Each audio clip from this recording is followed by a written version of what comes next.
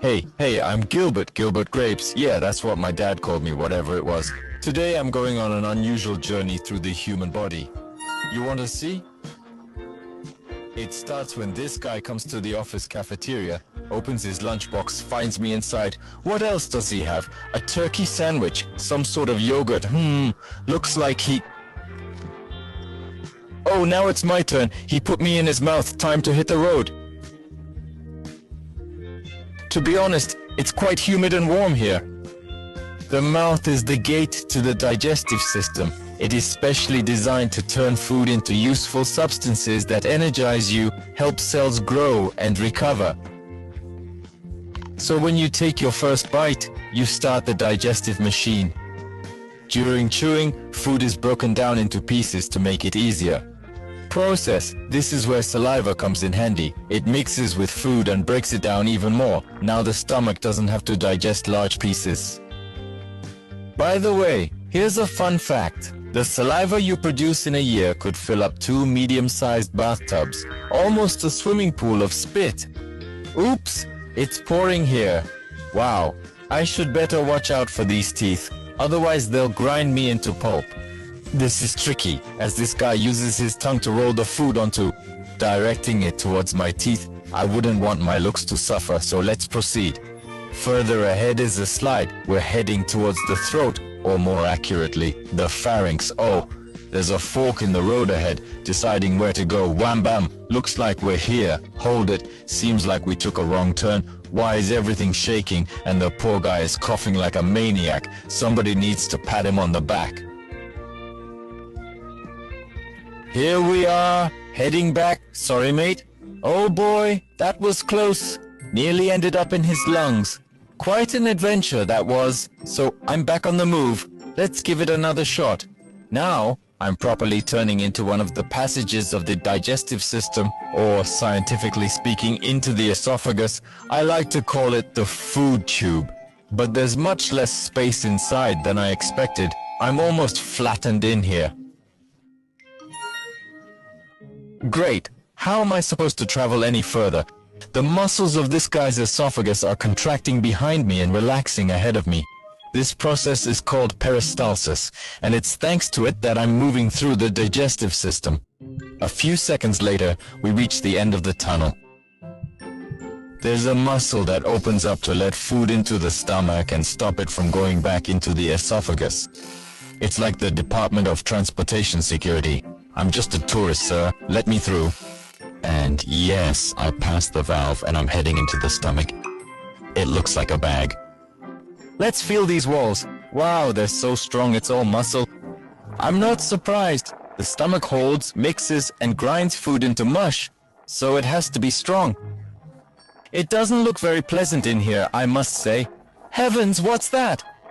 Oh, it burns so much. Ouch, it's hot! I have to get out of the stomach acid, otherwise I'll turn into porridge or pasta.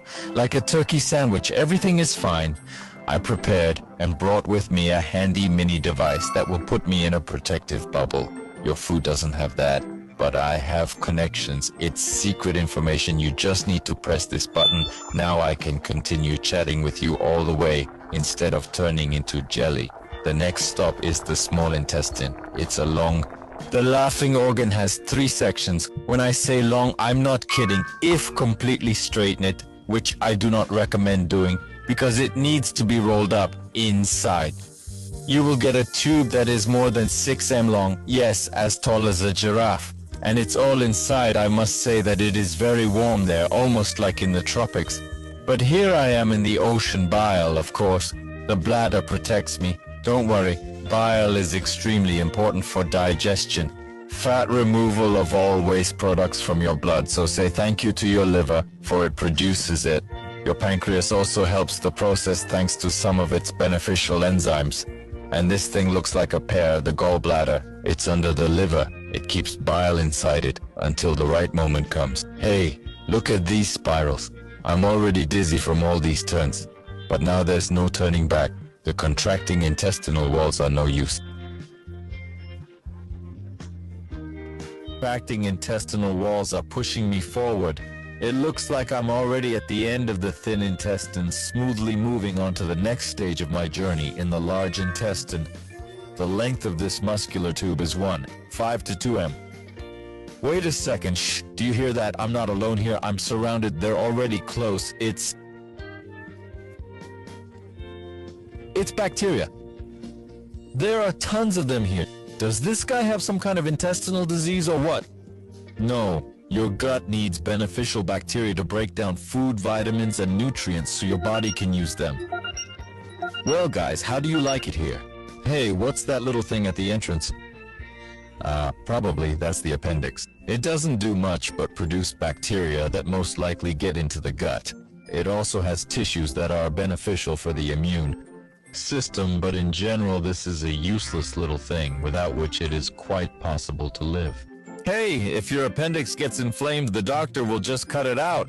But it seems like this guy has one, so that's cool. Alright, we're in the large intestine. It's nice that there's more space here.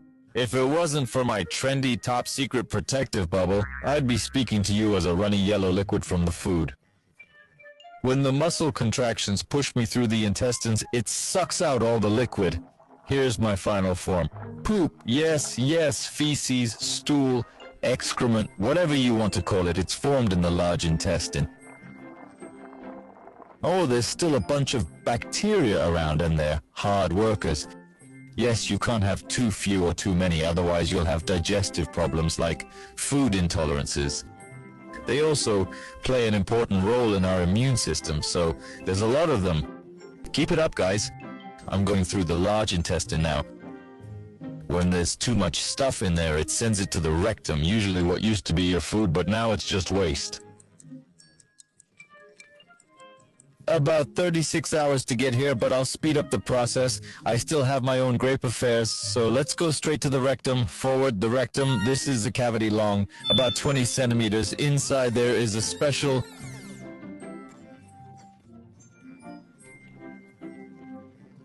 sensors, such as this one or the one over there, that tell you it's time to get rid of the excess. They send a signal to the brain when the stool or gas is looking for a way out. That's when it comes to you. I thought to my head, oh, where is the toilet here?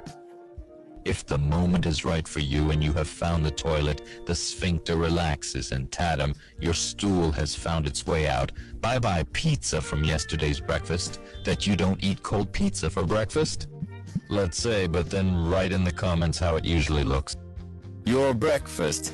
If the moment is not right, the sphincter contracts. Here again, sensors come to the rescue rectum.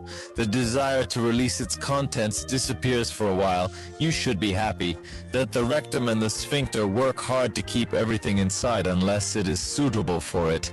The time when you're, for example, driving to work, going on a date, shopping, or sleeping. But if it's impossible to hold back any longer, the sphincter gives you literally a couple of minutes or as much time as needed to get to the toilet. I don't know if this guy is ready, but it's definitely time for me to go. Maybe I can hack the sensors to get out. Ah, yes, he's at work, isn't he? It's going to be awkward, of course. Food usually doesn't leave your body as gracefully as I do. You won't even understand what's what. But as for me, Gilbert's grapes, I still have a few important things to finish, so hey, let's surprise John. I'm outside. Yes, today's a different day. If you learned something new, give this video a like, share with your friends. But we have other videos you'll like. You just need to select the video on the right or left, click on it, and enjoy. Stay with Edme.